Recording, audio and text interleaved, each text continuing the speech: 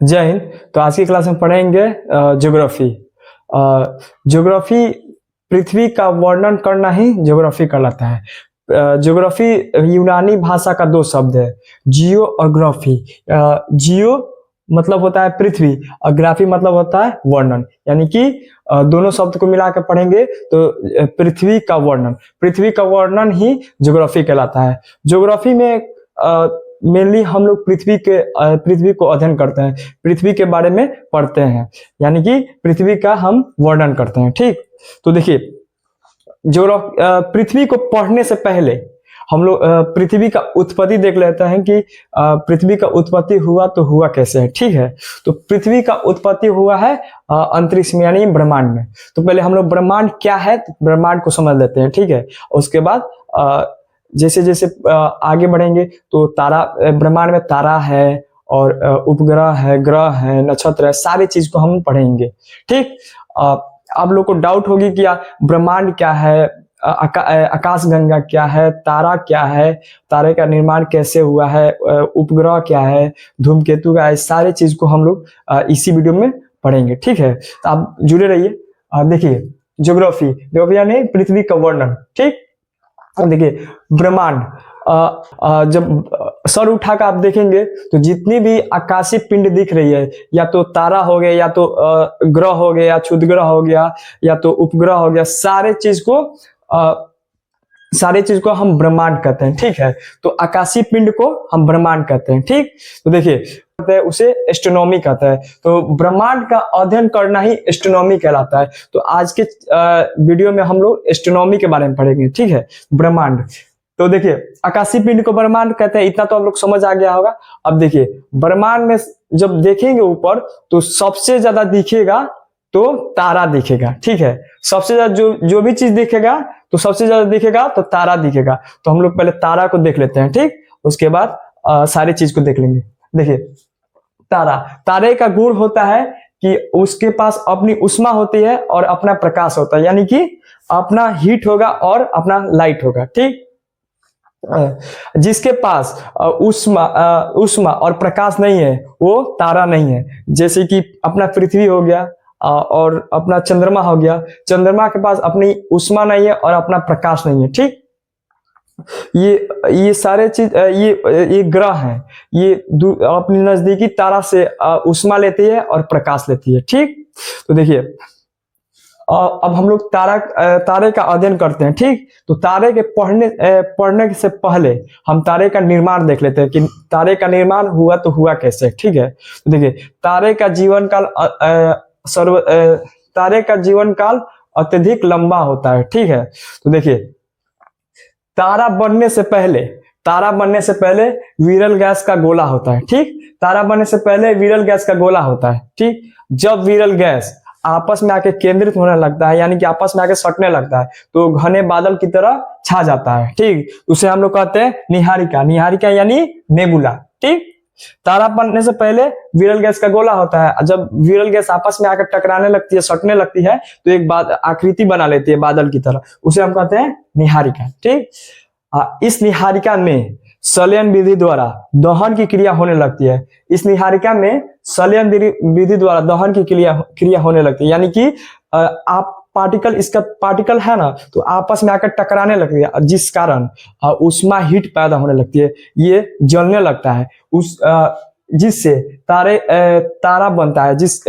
ये तारे का रूप ले लेता है। निहारिका जो होता है ना, तारे का रूप ले लेता है। किससे? संलयन विधि द्वारा दहन की क्रिया जब होती है तो पार्टिकल टकराता है, तो उसमें हीट यानी लाइट पैदा हो जाती है। ठीक, तो ये तारे का रूप ले लेता है। यहां तक तारा बन गया। ठीक, अब देखिए, इसमें संलयन विधि होता है। ठीक, इससे दो गैसें निकलती है, जैसे कि हाइड्रोजन और हीलियम।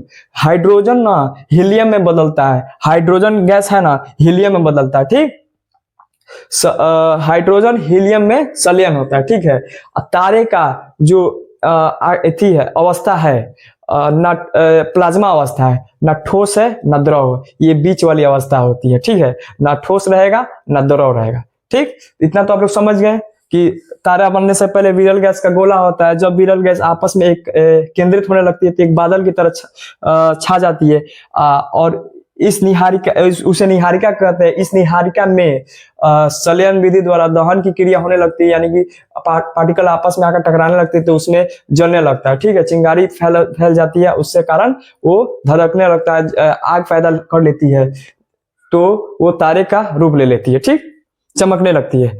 अब तारे में हाइड्रोजन हीलियम में बदलता है, अवस्था जो है होता है वो प्लाज्मा अवस्था होता है, ठीक। यहां तक आप समझ गए। देखिए किसी भी चीज का अंत होता है, ठीक है, तो तारे का जब अंत होता है ना तो वो तारा लाल दानव का रूप ले लेते हैं। यह इसमें 15% तारा जीवित रहता है। कितना परसेंट? 15% इसमें ऊर्जा रहती है, ठीक है। इसमें 15% ईंधन रहता है, तो उसे लाल दानव कहते हैं। लाल दानव का जब लाल दानव का रूप लेगी तो लाल दानव का आकार बड़ा होने लगता है, यानी कि फैल जाता है। तो देखिए याद करिए ना कि सूर्य भी एक तारा है, सूर्य से भी हमें प्रकाश मिलता है और हीट पैदा होती है, ठीक है। सूर्य से हमें प्रकाश भी मिलता है और हीट पैदा होती है, तो सूर्य एक तारा है, ठीक। देखिए जब सूर्य का ईंधन जब समाप्त होगा तो लाल दानव का रूप लेगा। सूर्य भी एक तारा है, जब सूर्य का ईंधन समाप्त होगा तो लाल दानव का रूप ले लेगा, और लाल दानव का आकार बड़ा होता है, जिसे शुक्र और बुध शुक्र पृथ्वी दोनों को आपस में खींच लेगा, ठीक है। ये तीनों ग्रहों को आपस में खींच लेगा। वो छोड़िए, आगे की बात है। अब आइए देखते हैं। तो तारे जब भी समाप्त होगी तो लाल दानव के रूप ले लेगी। इसमें 15% ईंधन रहता है। देखिए अब इसके आगे तारे के पास दो रास्ते होती हैं, जैसे छोटा तारा होता है तो श्वेत वामन बनता है, और बड़ा तारा होता है वो अभिनव तारा का रूप ले लेता है। तो देखिए तारे जब लाल दानव का रूप लेती है उसके पास दो रास्ते होती है। जब बड़ा तारा रहेगा तो वो अभिनव तारा का रूप लेगा, और जब छोटा तारा रहेगा तो श्वेत वामन का रूप लेगा, ठीक है। अब देखिए इस रास्ते को हम लोग देख लेते हैं। जब लाल दानव जब तारा छोटा रहेगा तो लाल दानव से श्वेत वामन के रास्ता की ओर चुनेगा, ठीक है। तो देखिए श्वेत वामन में ऊर्जा होती है तो वो 5% होती है, ठीक है। इसे जीवाश्म तारा भी कहते हैं, ठीक है। इसमें जीव रहता है, ठीक है। इसे हम जीवाश्म तारा भी कहते हैं। ये कभी बुझती है, कभी बढ़ती है, कभी बुझती है, कभी बढ़ती है, झुकझुकाती है, ठीक है। कभी देखे होंगे, उसे श्वेत वामन कहते हैं, ठीक है। जब श्वेत वामन का ईंधन समाप्त होने जाता है, जब श्वेत वामन का ईंधन एकदम से समाप्त हो जाता है तो काला वामन का रूप ले लेती है, जिससे छोटे तारों का अंत हो जाता है, ठीक। इतना तो समझ गए आप लोग। अब आइए जो तारा बड़ी है उसको देखते हैं। देखिए जो तारा बड़ी होती है वो लाल दानव से अभिनव तारा का रूप लेती है, ठीक है। लाल दानव से अभिनव तारा का रूप लेती है। ये अभिनव तारा विस्फोट हो जाता है, ठीक है। ये अभिनव तारा विस्फोट हो जाता है, ठीक है। इसे विस्फोटक भी तारा कहते हैं। इसको इंग्लिश में सुपरनोवा कहते हैं, ठीक है। इसे विस्फोटक तारा भी कहते हैं,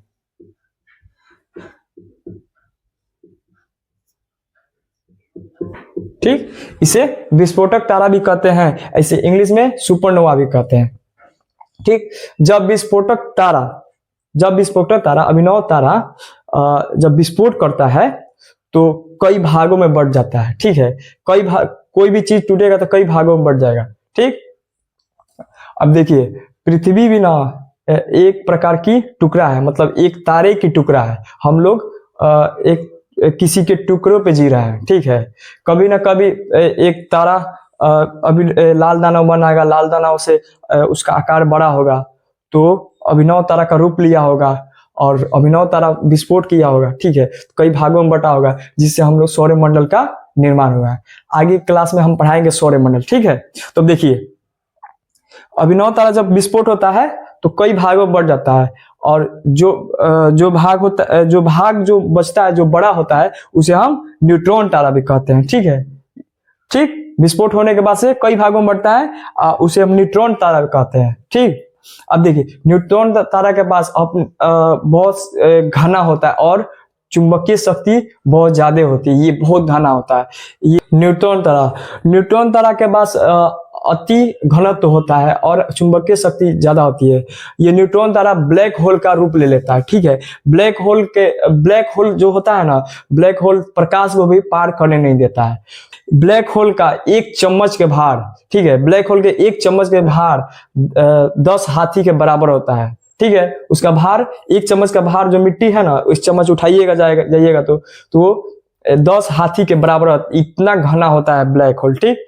अब देखिए ब्लैक होल में ना ताराओं का अंत हो जाता है, ठीक, ताराओं का अंत हो जाता है। इतना तो आप लोग समझ गए। अब देखिए तारे का हम लोग रंग देख लेते हैं, सारा चीज देख लिए।